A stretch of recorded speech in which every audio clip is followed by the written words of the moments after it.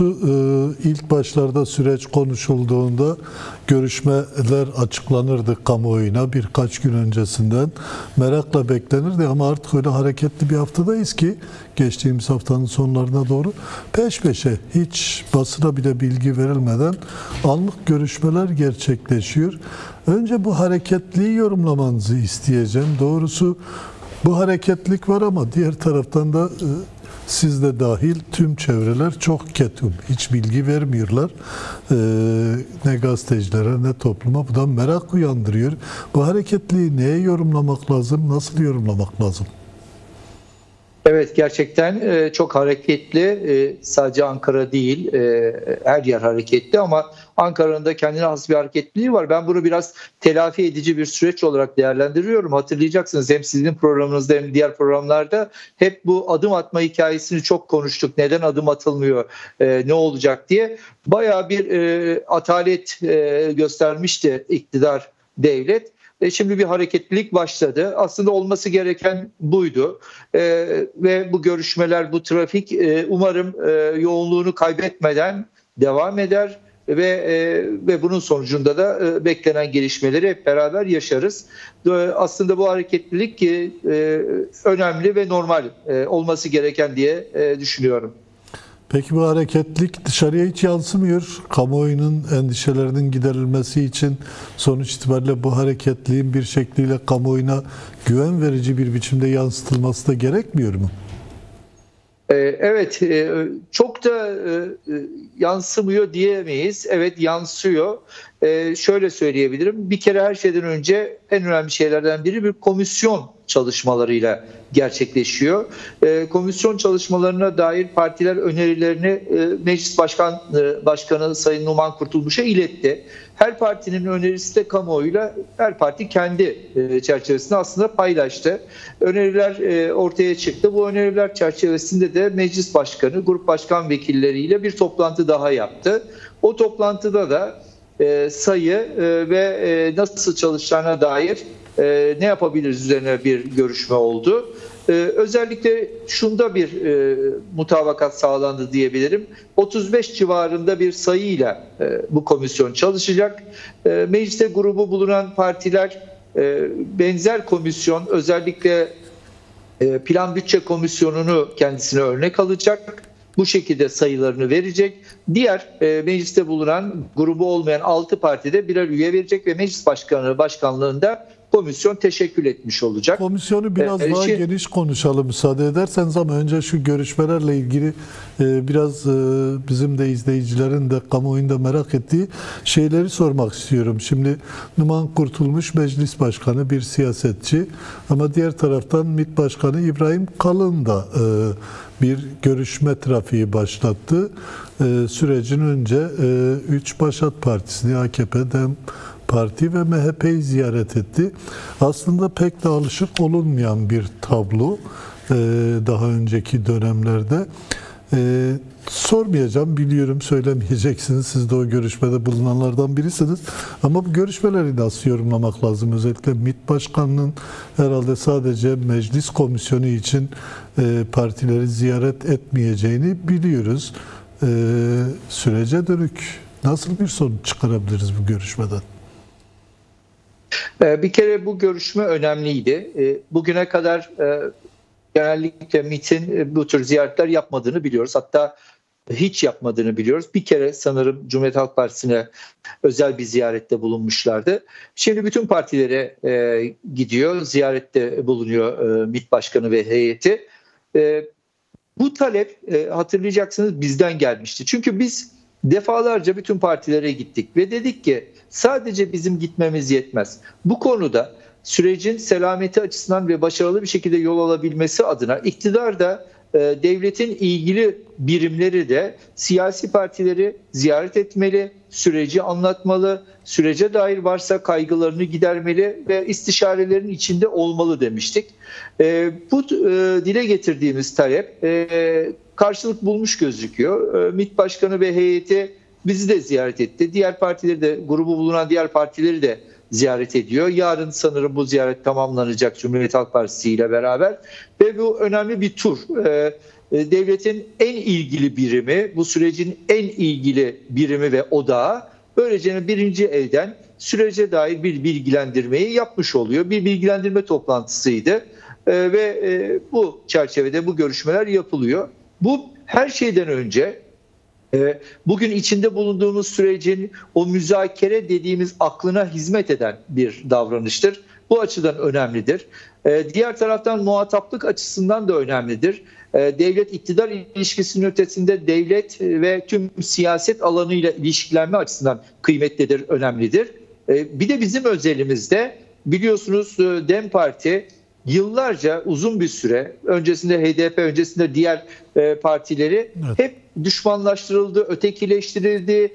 Dolayısıyla bu meselenin çözümünde aslında oynadığı rol görmezden gelindi. Kürt meselesinin demokratik çözümü açısından nedenli önemli bir siyasette yer teşkil ettiği yok sayıldı. Ama şimdi artık herkes kabul ediyor ve hakkını veriyor ki gerçekten Kürt meselesinin demokratik çözümü için bu konuda DEM Parti ile olan istişareler, görüşmeler önemlidir, kritik role sahiptir. Bu dünkü görüşmede aslında devlet nezdinden de bir şekliyle teyit edilmiş oldu. Bence belki de bu görüşmenin en önemli yansıması benim şahsi görüşümdür. Bu olsa gerek diye düşünüyorum. Peki tam bu başlıkla ilgili yine sormak istiyorum. DEM Parti şimdiye kadar birçok görüşme yürüttü. Siz de dikkat çektiniz. Ama buna rağmen ikna olmamış, hatta bir şekliyle hala karşıtlık sürdüren partiler var. Peki MİT üzerinden devletin bu sürece dahil olması ve diğer siyasal kesimleri bilgilendirmesi bu karşıtlıklarda bir değişikliğe yol açar mı? En azından sürece katılım ve destek boyutunda bir etki yaratır mı? Bu konuda ne düşünüyorsunuz? Bunu açıkçası izleyip göreceğiz. Umarım yaratır. Dolayısıyla tabii ki bizimle olan görüşme, hatta bizimle görüşmeme hallerini belli bir karşıtlığa yerleştiren, meselenin demokratik çözümüne yanaşmayan, bir kamplaşmış siyaset aklıyla davranan partiler oldu. Umarım bu bir vesileyle aşılır. Tabii bir MİT görüşmesiyle aşılır mı? Tabii çok da olanaklı değil ama bir katkı sağlayacağı şüphesiz. Şimdi Türkiye'de bugüne kadar siyaset gerçekten bir kamplaşma üzerinden, bir düşman anlayışı üzerinden süre geldi. Bunu aşma çabası içindeyiz biz. Dolayısıyla bu görüşmenin olması gerekliliğine dair çağrılarımız da bu anlayışla oldu. Bir katkı sağlayacağına inanıyorum. Bakın şimdi şunu söyleyebiliriz. Türkiye'de toplumun neredeyse artık %70'i, hatta son yapılan bir çalışmada Ankara Enstitüsü yanılmıyorsam %67 bir desteği açıkladı. Karşı olanların oranı %6'lara gerilemiş durumda. Arada hala belirsizliğini koruyan, kararsızlığını koruyan bir kitle de var. Ama bu kitlenin de yüzü çözüme dönük. Yani kararsız ama kaygıları var. Şimdi bu kadar kısa zamanda böyle bir performansın ortaya çıkması, buna halk nezdinde, toplum nezdinde bir karşılık bulması iyi, önemli. Yeterli mi? Tabii yeterli değil. Siz de altını çizdiniz.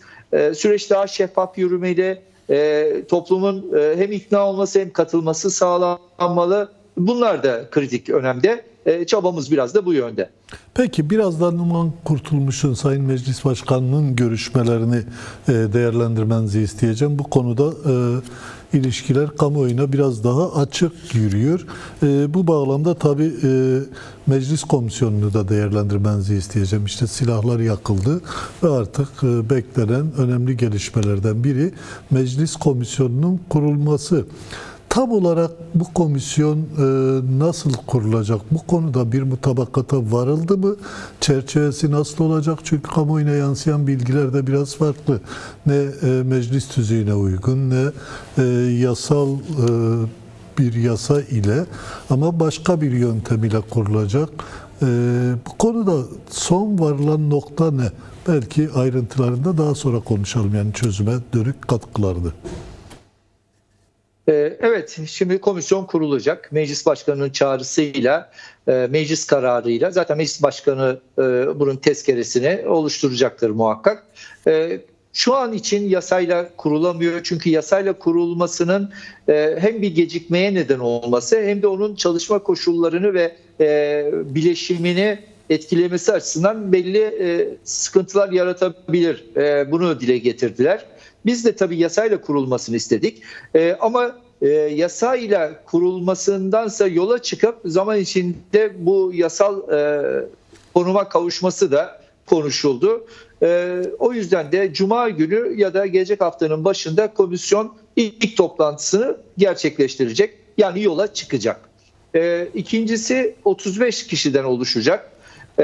Şimdilik bu rakam dile getiriliyor. Bu bir aşağı iki yukarı olabilir. Meclisteki Plan Bütçe Komisyonu'nun bileşimi esas alınarak grubu bulunan partiler davet edilecek. Biraz önce de belirtmiştim. Ve grubu bulunmayan 6 partiden de birer insan, birer arkadaşımız buraya katılacak. Böylece Meclis Başkanı başkanlığında ilk toplantısını yapıp ismi üzerinde bir ortaklaşmaya ulaşıp ve bir çalışma yönetmeliği ve bir çalışma programını ortaya koymasını bekliyoruz. Bu meclis komisyonundan, meclis dışından katılım yöntemleri de konuşulup görüşüldü mü? Bu konuyla ilgili meclis dışındaki siyasi partilerden de, meclis dışındaki sivil toplum kurumlarından da talepler var. Şimdi bu yasal olarak ve iş tüzüğü çerçevesinde mümkün değil. Yani herhangi bir komisyon, meclisteki çalışan bir komisyonun meclis üyesi olmayan, milletvekili olmayan kişilerden oluşması söz konusu değil. Yani komisyonların üyeleri milletvekili olmak zorunda. Ama bu şu demek değil, dışa kapalı bir komisyon.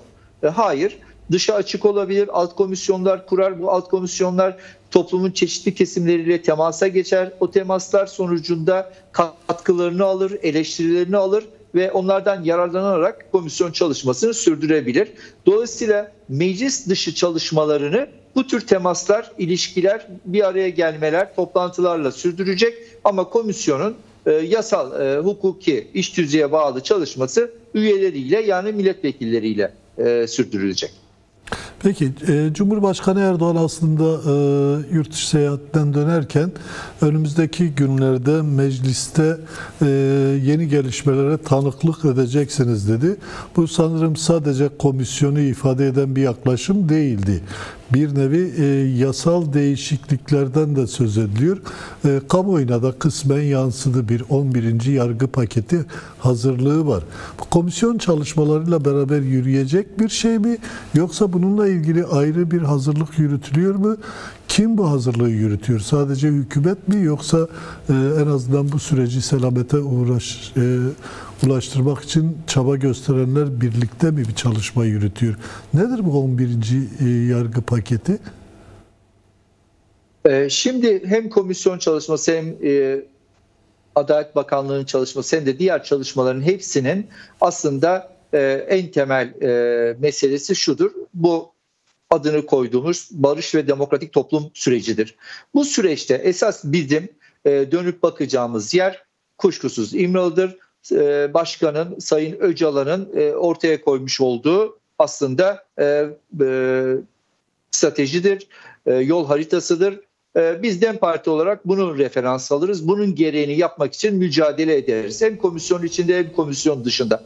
Dolayısıyla buradaki en temel ölçümüz bizim bu. Bunun mücadelesini veriyoruz ve bunun gereklerini yapıyoruz. Bunun gereklerinin yapılabilirlikleri içinde hareket ediyoruz. Yani bugünden bakıp her şeyi bu komisyonun içinde halledeceğiz demek biraz gerçekçi olmaz. Komisyonun yapabilecekleri var.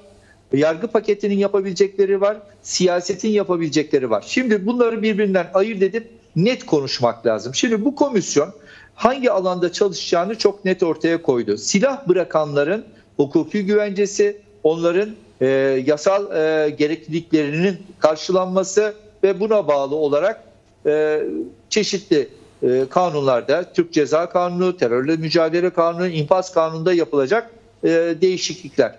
Bununla ilgili düzenlemelerin yapılması, bununla ilgili çalışmaların yapılmasını esas alacak. Bu esasa bağlı olarak işte süreci takip edecek. Bu çalışmalar çerçevesinde belli kanun tekliflerinin hazırlanması söz konusu. ve bu kanun teklifleri meclis açıldığında ilgili komisyonlara iletilecek. İlgili komisyonlar eliyle de meclise gelecek ve kanunlaşacak. İşte en temel beklentiler bu. Bunların sağlanması. Eğer ihtiyaç duyulursa Ekim ayını beklemeden de eğer hızlı, tempolu çalışma sağlanırsa meclis olağanüstü de toplanıp bu yasaları hayata geçirebilir. Ama şu andan gözüken şu ki komisyon 8 ya da 10 haftalık bir çalışma takvimini belirleyecek ilk ağızdan.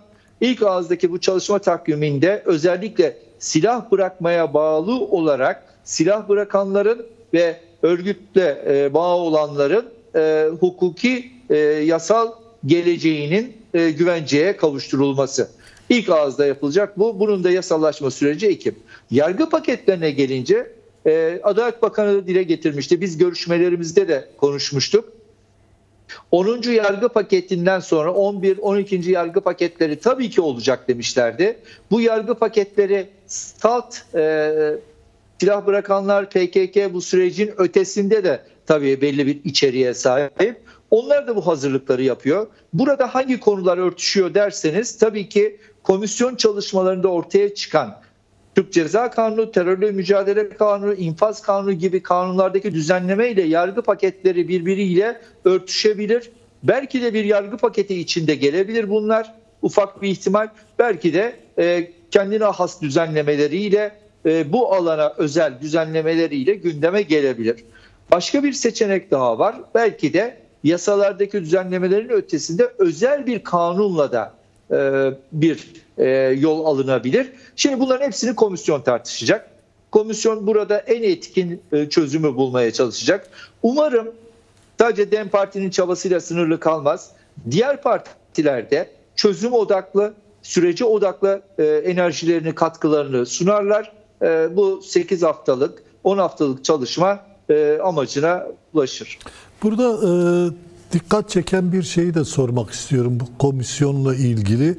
Birdenbire ulusalcı basın, süreç karşıtlığı da demeyeyim, resmen süreç karşıtlığı yapan, kirli bir dil kullanan bir kısım medya ve onların savunucuları birdenbire işte 200 PKK'li serbest bırakıldı, işte şöyle oldu, böyle oldu diye bir algı yaratmaya çalıştılar. Gerçekten o AYM kararı üzerine yapılan tahliyelerin bu süreçle bağlantısı var mıydı? Hiç konuşuldu mu bunlar DEM Parti ile iktidar partileri arasında ya da meclis görüşmelerinde, diğer görüşmelerde nedir? Buna dönük ne dersiniz? Çok doğru bir şey söylediniz. Gerçekten kirli bir dil, algı yönetmeye yönelik bir karşı cephe oluşturmuş bir anlayış. Adeta bu süreç başarıya ulaşmasın diye, adeta barış olmasın diye bir çaba içindeler. Kabul etmek mümkün değil bu anlayışı, bu yaklaşımı kabul etmek mümkün değil. Hiçbir zaman bu kesime karşı bir nefret söylemiyle yaklaşmadık. İkna etmeye çabalıyoruz. Gerçekten gerçekleri izah etmeye çalışıyoruz. Fakat bir kapalılık da var karşımızda. Toplumda bir karşılığı var mı? İnanın yok. Yani gerçekten bütün araştırmalar, bütün kamuoyu yoklamaları ve bizim bütün temaslarımız bunun böyle olmadığını gösteriyor. Ama bundan hala beslenen, bundan nemalanmaya çalışan bir zihniyet, kirli bir zihniyet var. Dillerine de bu yansıyor. Şimdi hemen şunu söylemek istiyorum. Bu 200 PKK'li işte tahliye oldu, serbest bırakıldı. İşte bir anlaşma. Hayır, bu böyle değil. Bakın, Anayasa Mahkemesi Türk Ceza Kanunu'nun 226'sını 2 defa iptal etti, 3. defa önümüze geldi. Daha önce iptal etmeden önce de biz ve bütün muhalefet partileri bu düzenlemenin yanlış olduğunu söyledi. Cumhuriyet Halk Partisi de söyledi bunu. Yeni Yol da söyledi, İyi Parti de söyledi. Bu düzenlemenin Anayasa Mahkemesi'nden iptal edilmesi haklı gerekçelerle, çünkü Anayasa Mahkemesi bunu iptal ediyordu. Bu sözünü ettiğiniz yasa üye olmadıkları halde üye gibi cezalandırılma değil mi? Evet. Yani sonuçta mahkeme onlara PKK'li değilsiniz ama PKK'li gibi size ceza vereceğim diyor. Harika. Tam da bu. Sizin örgütle bir ilginiz yok. Örgüt üyesi değilsiniz ama işte neden basın açıklaması yapılırken oradaydın? ya da niye DEM Parti'ye uğradın? Yani gerçekten akıl alır gibi bir şey değildi. Anayasa Mahkemesi 2 defa iptal etti. Üçüncüsünde dedik ki bunu siz yine düzenleseniz de iptal edecek. Bunu hukukçularınız da biliyor, siz de biliyorsunuz. Bütün partilerde dedi ki evet bu bir daha düzenlenmemesi konusunda mutabıkız. Bunu teklifin içine almayın. Almadılar. Kadük oldu ve bundan dolayı insanlar tahliye oldu. Yani burada bütün partilerin mutabakatı var. Özel bir anlaşma ya da başka bir şey değil. Anayasa Mahkemesi'nin de kararları açık ve net. Ama biraz önce belirttiğiniz gibi o kirli dil, kirli zihniyet, algı yönetimi alıyor bunu. Bu şekilde yorumluyor ve halkı da yanıltmaya devam ediyor. Karşılığı yok dediniz. Bunu neye dayanarak söylüyorsunuz? Yani toplum içerisinde bu kirli dilin gerçekten karşılığı yok denebilir mi? Sesleri çok çıkıyor çünkü. Yani her bağıran haklıdır değil, her bağıran da bir temsiliyeti ifade etmiyor. Gerçekten araştırmalar gösteriyor. Bu siyaseti savunanlar giderek baş aşağı gidiyorlar. Artık bir araya gelseler de barajı aşacak gibi gözükmüyorlar. Biraz önce rakamları verdim. Birçok araştırmayı takip ediyoruz ve sonuçlar ortada. Bir de biz hep sokaktayız, hep halkın içindeyiz. Biz öyle kendi kendimize kapalı, kendi kendimizle konuşan bir parti değiliz. Siz de biliyorsunuz, bizi takip ediyorsunuz. Biz farklı kesimlere de gittiğimizde evet kaygılar dile geliyor, eleştiriler dile geliyor ama kimse barış olmasın demiyor. Barış olsun diyor. Hatta çoğu insan biz ne yapabiliriz diyor. Birçok kuruma gidiyoruz biz. Sivil toplum örgütleri, sendikalar, barolar. Şimdi biz gittiğimiz herhangi bir yerde ne nefret diliyle, ne nefret söylemiyle, ne kirli bir dille karşılaşmadık. TÜSİAD'ına da gittik, MÜSİAD'ına da gittik, TOB'a gittik, KESKE'de gittik, DİSK'e gittik. Yani saymakla bitmeyecek kadar bir yoğunluğun içindeyiz. 2000'e yaklaşan toplantı sinsilesi gerçekleşti ve devam ediyor. Dolayısıyla yani kendi gözlerimizle gördüğümüz, kulağımızla işittiğimiz şeylerin içinde böyle bir anlayışa karşılık gelmedik. Bakın birçok eylemde, birçok sokakta yan yana geldiğimiz siyasetler var. Bazen evet farklı partilerde olsak da orada da bu dayanışmanın açığa çıktığını görüyoruz. Yani bu dediğim gibi tamamen dar bir kesimin kirli dili ve algı yönetiminin dışında başka bir şey ifade etmiyor. Peki meclis komisyonu ile ilgili son şunu sorayım. Meclisteki tüm partiler bu komisyona katılabilir mi? Öyle bir şey görüyor musunuz? Öyle bir işaret görüyor musunuz? Katılacak zaten. Yani şu anda grubu olan partiler katılıyor. Grubu olmayan 10 parti var. Onun içinden 4 parti grup içinde temsil edildiği için olmayacak ama diğer 6 parti birer kişi verecek. Dolayısıyla temsiliyet tam sağlanacak. Fakat bir tek İyi Parti toplantıya geldi ama üye vermeyeceğiz dedi. Bu konuda da kendilerinin böyle bir tavrı var. Bir tek İyi Parti'den şu ana kadar olumsuz bir açıklama geldi. Onun dışında diğer tüm partilerin katılacağına dönük bir işaret var. CHP de dahil, çünkü CHP üzerinden de bu biraz önce sözünü ettiğimiz kesimler algı yaratmaya dönük bir yaklaşım içerisine girmişler. Ya da CHP'yi zorlayıp bir şekliyle bu sürecin dışında tutmaya dönük bir çaba içerisindeler gibi görüyorum. Bilmiyorum, siz nasıl değerlendirirsiniz? CHP ile görüştük. Görüşmelerimizde kendileri katılacaklarını söylediler. Bugün sözcüsünün de açıklaması var. Dolayısıyla komisyonun içinde olacaklar. Ama tabii ki onlar da kendi görüşleriyle olacak. Kendi programlarıyla olacak. Zaten bu komisyonun amacı bir yerde bir müzakere zemininde olabilen en iyi ortaklaşmayı sağlamak. Umarım bunu da başarırız. Hiç gelmemek, hiç katılmamak İyi Parti açısından da iyi olmadı diye düşünüyorum. Başka partiler hakkında yorum genellikle yapmam. Ama inanın şunu söyleyeceğim, o yüzden yapıyorum. İyi Parti'nin de bir kesimi katılma yönünde aslında düşünceleri vardı. Fakat tabii parti kararıdır. Bir şey diyemeyiz. Buradan biraz da DEM Parti'ye geçelim. Geçtiğimiz hafta yapılan açıklamada MYK toplantısından sonra DEM Parti'den genişletilmiş bir heyetin bu hafta içerisinde İmralı'ya gitmesi bekleniyor deniyor. Eş genel başkanlar ve MYK üyelerinde dahil olduğu bir heyetten söz ediliyor. Bir de Sayın Mithat Sancar, DEM Parti İmralı heyet üyesi, önümüzdeki günlerde İmralı'nın koşullarının değişeceğine dair bazı bilgileri paylaşabiliriz sizlerle demişti bir röportajında. Bunları birlikte değerlendirelim istiyorum. İmralı'ya ziyaret konusunda bir netlik oluştu mu? Bir. İkincisi, İmralı'nın koşullarında nasıl bir değişiklik bekleniyor? Bu konuda somut bir şey var mı?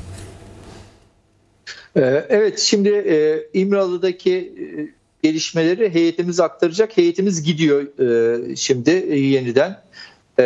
Oraya gidecekler. DEM Parti İmralı heyeti gidip geldikten sonra eş başkanlarımız ve MYK'dan bir heyetle başkanı ziyaret etmek istiyoruz.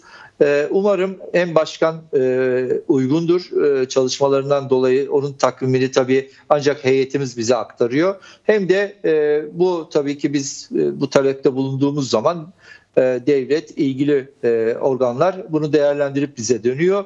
Eğer bu söylediğim şeylerin hepsi olumlu giderse önümüzdeki hafta bir heyetle biz de gitmeyi düşünüyoruz. Tabii önce bir heyetimiz gidip gelsin. Oradan gelen açıklamaya göre bu takvimde netleşecektir diye düşünüyorum. Başkanın çalışma koşullarının iyileştirilmesi konusunda zaten birkaç adım atılmıştı. Bu paylaşılmıştı kamuoyuyla. 6 arkadaş yanında bir sekreteryası oluşmuş durumda. Çalışması için gerekli olanaklar sağlanıyor. Yaşam koşullarında da bir nebze iyileşme olduğu söylendi ama bunun net bilgisini Mithat Bey de söylemiş. Gidip gözlemledikten sonra, döndükten sonra hep beraber alacağız. Ama biz ısrarla şunu söylüyoruz. Baş müzakerecimiz Sayın Öcalan'sa, Sayın Öcalan bu müzakereci işlevini yerine getirebilmesi için çalışma ve yaşam koşulları mutlaka iyileştirilmelidir. Ancak bu sayede kendisi çalışmalarını daha sağlıklı bir şekilde sürdürebilir. O yüzden sağlık koşulu, yaşam koşulu, çalışma koşulu gibi koşullarda net bir iyileşmeyi bekliyoruz ve dile getiriyoruz. Peki önümüzdeki günlerde umarım çok rahat koşullarda Sayın Öcalan'a, Sayın Başkan'a da ulaşıp bu koşullarda röportaj yapmayı da umut ediyoruz. O koşulların da olması gerektiğine de inanıyoruz bu sürecin çözümü için ama bu konuyu çok fazla değişmeyeceğim. Söylenecek, sorulacak çok şey var aslında ama hassas da bir konu. Doğrusu takdir de ediyorum tutumumuzu. Fakat bir şey var. Bir barış tesis edilecek Türkiye'de. Önümüzdeki 100 yılı yeniden şekillendirecek bir siyasete doğru adım atlıyor. Ama diğer taraftan da kamuoyunda özellikle iktidarın, hükümetin antidemokratik tutumları nedeniyle de gelişen bir kaygı var ve bu kaygı da giderilmiyor. CHP üzerinden geliştirilen operasyonlardan söz ediyorum. Bunun yanı sıra cezaevinde hala binlerce DEM Partilinin eş başkanları da dahil, bir de gazetecilerin, diğer sivil toplum kurumu temsilcilerinin de hapiste olması durumu söz konusu. Bu kaygıları arttıran durum devam ederken barışı sağlayabilmek gerçekten mümkün olacak mı? Buna dönük neler konuşuluyor, neler tartışılıyor? Çünkü toplum bu konuda çok ciddi kaygı içinde. Evet, bu kaygı haklı bir kaygı. Çünkü baktığınız zaman gerçekten Figen Yüksekdağ ve Selahattin Demirtaş neden tahliye edilmedi sorusu geliyor.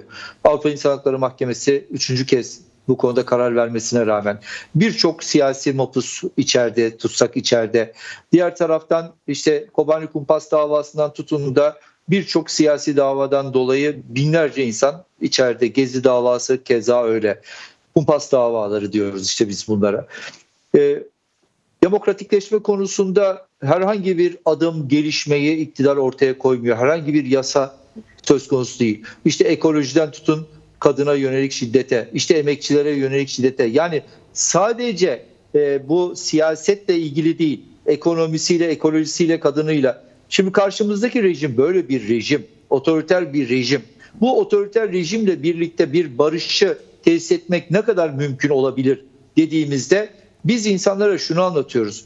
Barışı var etmeye çabalayan, bu adımı atan Sayın Öcalan'dır ve onun örgütüdür. Onun örgütü bu mücadeleyi verirken demokrasi mücadelesinden vazgeçerek değil, ama bu mücadeleyi vererek o mücadelenin de hayata geçebileceği, o mücadelenin de var olabileceğine inanarak bu adım atıyor. DEM Parti buna inanıyor ve bu mücadeleyi herhangi bir mücadelenin önüne koyarak değil, birlikte yürütülmesi gereken bir mücadele olarak görüyor. Barış ve demokratik toplum derken de bu metin bize zaten bütün açıklığıyla bu çağrıyı yaptı. Yani siz barışı mücadelesini verirken bunun kalıcılaşmasını sağlayacaksanız eğer demokrasi mücadelesini vereceksiniz. Demokratik toplumu da inşa edeceksiniz. Ama şunu biliyoruz. Bu rejim demokratikleşmeden bu yolu kat etmek istiyor olabilir. Ve bunun için de CHP'ye de saldırıyor, belediye başkanlarını içeri alıyor, operasyon üzerine operasyon çekiyor. Bunun farkındayız. Ama şimdi şu soruyu sormak lazım. Bunun için mi barıştan vazgeçelim, yoksa buna rağmen bu mücadeleyi verip demokrasi mücadelesinin önünü açmak için de zorlayalım mı? Biz ikinciyi tercih ediyoruz. Evet, biz şu anda demokratik gelişmeler olmamasına rağmen bu mücadeleyi vermeye devam edeceğiz. Dolayısıyla da şuna inanıyoruz. Bu mücadeleden, bu barış mücadelesinden vazgeçersek bu otoriter rejim yine bildiği yerden devam edecek. Ama rejimi demokratikleşmenin yollarından biri eğer buysa, bu yol açılmışsa şimdi bu yolda kararlı bir şekilde yürümekten başka çaremiz de yoktur. Dolayısıyla bu iki mücadele birbiriyle bağlıdır. Birlikte sürdürülmesi gereken bir mücadeledir. Öyle de devam ediyoruz. Kabul etmiyoruz tabii bu saldırıları. Her türlü antidemokratik uygulamaya karşı tabii ki mücadele edeceğiz. Ama bunun dışında kalan bazı kesimler bize şunu söylüyor. Diyorlar ki bakın bunlar olurken neyin barışı? Şimdi bunlar olurken neyin barışı demek? Barış mücadelesinden vazgeçtiğinizde diğer alanda bir iyileşme mi olacak? Hayır. Asıl olan bunları bütünlüklü sürdürmektir. Biz de öyle yapıyoruz. Peki 1-2 dakikamız var. Son soru, özellikle Orta Doğu etkileri üzerinden. Son günlerde Suriye'de yine korkunç çatışmalara ve katliamlara tanıklık ettik. Rojava'ya dönük kaygılar çokça dillendirildi ve hala dillendiriliyor. Bu sürecin ilerlemesi, Türkiye ve Kuzey Kürdistan'ın barışla buluşması, başta Suriye ve Rojava olmak üzere Orta Doğu'ya nasıl yansır? Bunlar gerçekten heyetler arası görüşmelerde de dile geliyor mu? Bunlar tartışılıyor mu? Bir kere her şeyden önce Türkiye'deki bu süreç sağlıklı bir şekilde ilerlerse, barış kalıcılaşır, demokratikleşirse Türkiye, bu Suriye'ye olumlu yansır. Bunu herkes de biliyor. Bu çok net bir ilişki çünkü. Ve bizim Suriye'de güvenebileceğimiz güç Rojava'dadır. Çünkü hani burada Türk-Kürt kardeşliğinden bahsediyorsak zaten kardeşlerimiz oradadır. Böyle bakması lazım artık Türkiye'nin ve politikasını üretirken de bütünlükle ele alması lazım. Ama fakat Türkiye'nin hala dış politikası, hele Suriye konusundaki dış politikası gerçekçi değildir. Çarpık bir politikadır. Suriye gerçekliğiyle hala buluşabilmiş değildir. Bunu net söyleyebilirim. Son gelişmeler sonrası gelen bazı açıklamalardan da bunu görüyoruz. Ama şu gerçekliği kaybetmeyelim. Evet. Suriye'nin demokratikleşmesi Rojava'yı yok sayarak değil, Rojava'yı gören bir yerden, onu doğru anlayan bir yerden olabilir ki tersi de doğrudur ilk başta söylediğimin. Rojava'da Suriye'deki gelişmeler demokratik yönde ilerlerse bu Türkiye'nin demokratikleşmesine de büyük katkı sunar. Bu ikisi arasındaki bağı iyi görmeliyiz.